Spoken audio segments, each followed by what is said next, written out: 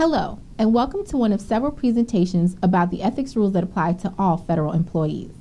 My name is Danielle Barrett, and I am from the USDA Office of Ethics.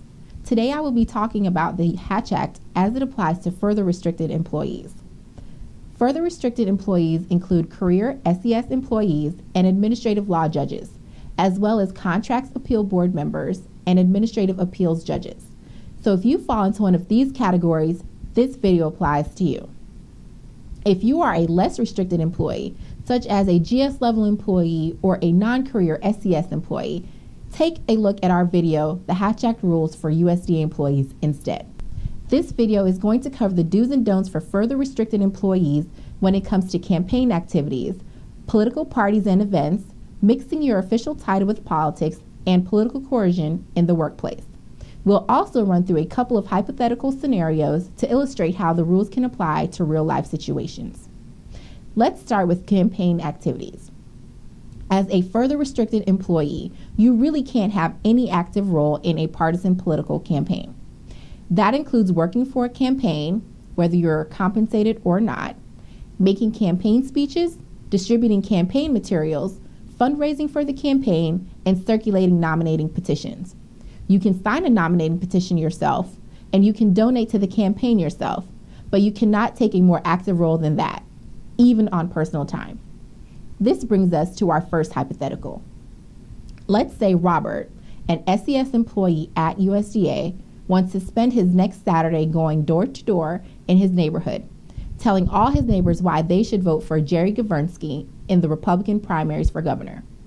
Robert also prepared a brochure to hand out to the neighbors that seem interested. He's not being paid, he'll be on personal time, and he doesn't plan to use his official title. Can Robert do this?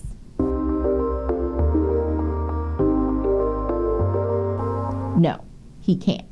The Hatch Act prohibits Robert from both working on the campaign and from distributing campaign materials, even if he's unpaid on personal time and not using his official title. Since he can't campaign for candidate Gavernsky, what if Robert decides to just run for partisan office himself? Under the Hatch Act, he cannot do that either. Running for partisan political office and fundraising for partisan candidates are two political activities that both further restricted employees and less restricted employees are prohibited from taking part in. Just like you're prohibited from taking an active role in political campaigns, you're also prohibited from taking an active role in partisan political clubs and parties. That means you cannot hold office in a political party or club, you cannot organize political meetings or rallies, though you can attend them as a member of the general public, and you cannot take part in a partisan voter registration drive or partisan get out the vote drives. Nonpartisan registration drives are fine, just like most other nonpartisan political activity. And of course, you always have the right to vote. When you're engaging in political activity that is permitted, like attending a rally, remember you may not use your official title or position. This is because you do not want to imply the federal government itself supports or opposes a certain candidate. That includes wearing your badge to a rally or any other item that identifies you as a federal employee. It also means that you should not verbally identify yourself as a federal employee.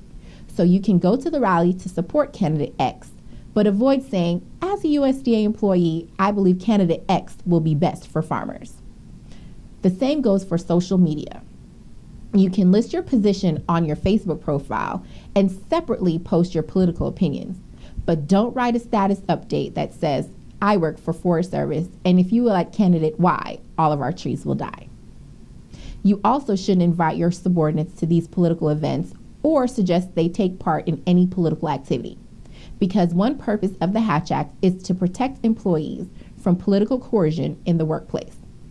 This holds true for both further restricted and less restricted employees, and includes even indirect solicitation like offering your subordinate a ride to a political rally. Essentially, you should avoid any situation where your subordinate might feel like they have to do something political or else face consequences in the workplace, even if that wasn't your original intention. So let's do another hypothetical. Angela is an SES employee in Ohio and wants to go to a political rally for Patricia Pepper, a Democrat running for Congress. She invites her subordinate Randy to go with her because she knows that his political views are similar to her own. What did Angela do wrong? A. Attend a political rally. B. Invite her subordinate to a political rally. Or C. All of the above.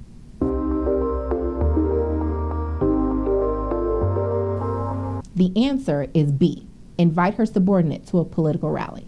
Angela is perfectly within her right to attend the rally herself, but she shouldn't have invited someone she supervises, even if she suspects that Randy supports Patricia Pepper. Now Randy might feel coerced to attend the rally even if he prefers a different candidate. If you have questions about any of the Hatch Act rules for further restricted employees, please don't hesitate to contact the Office of Ethics for advice. Thank you for watching and have a great day.